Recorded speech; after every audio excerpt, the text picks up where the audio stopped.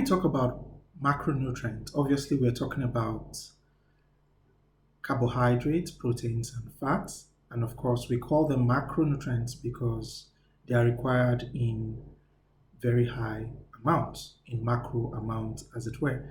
And this is opposed to micronutrients, which are required in minute amounts. So, this particular class will be on the classification of macronutrients, and we'll be looking at the requirements of these macronutrients, which are essentially carbohydrates, proteins, and fats. Perhaps the time could not have been better to be talking about carbohydrates, proteins, and fats. As we know, we probably have heard a lot from media about this macronutrient. And currently, there is a lot going on about the controversies with regards which is healthier in diet. Is it having more carbohydrates in your diet that is healthier? Is it having fats that is healthier? Going by the 2017 publication on global burden of diseases, we see that non-communicable diseases, for example, cardiovascular diseases, contribute most to global disease burden.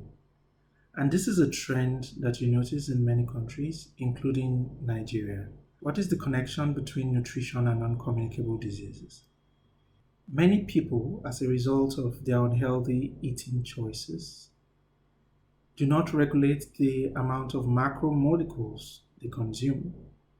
So they probably eat too much calories from fat and carbohydrates. They probably also do not exercise or do not do physical activity regularly. And of course, this kind of habit over time make them obese.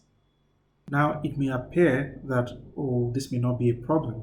Perhaps you do not fall into this category because you're a student. Well, if you were here during lectures, you'll probably be moving from one faculty to the other, running from one department to the other, trying to attend classes. So maybe because of that, you're getting a lot of physical activity and you're maintaining your weight. But perhaps because you are at home, your physical activity has dropped. You are not going to the gym. You're probably sedentary most of the time during the day. And you're eating a lot. You're not regulating your intake of carbohydrates and of fat. And you notice that perhaps you're beginning to get a little bit on the overweight side.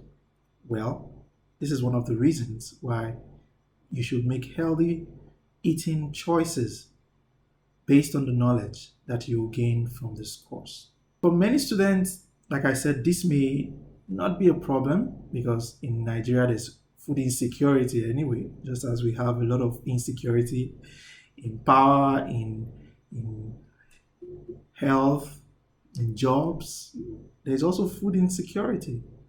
Okay, but the trend also is that when people move from being students to graduates, they get married, there's a tendency, to start getting bigger.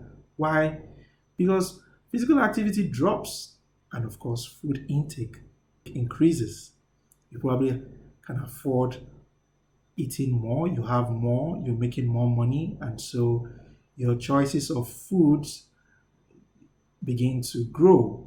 You can afford a lot of fast foods, you can afford a lot of chocolates, fatty foods, and foods rich in carbohydrates.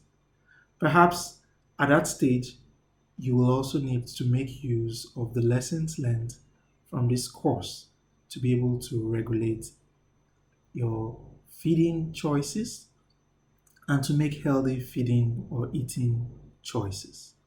So this is the purpose of this course, and this is what we would like you to acquire at the end of this course. So this course is not just for passing exams, but also to enable you to make good eating choices and to acquire good eating habits. So, without any further ado, I want to welcome you on board and see you in class.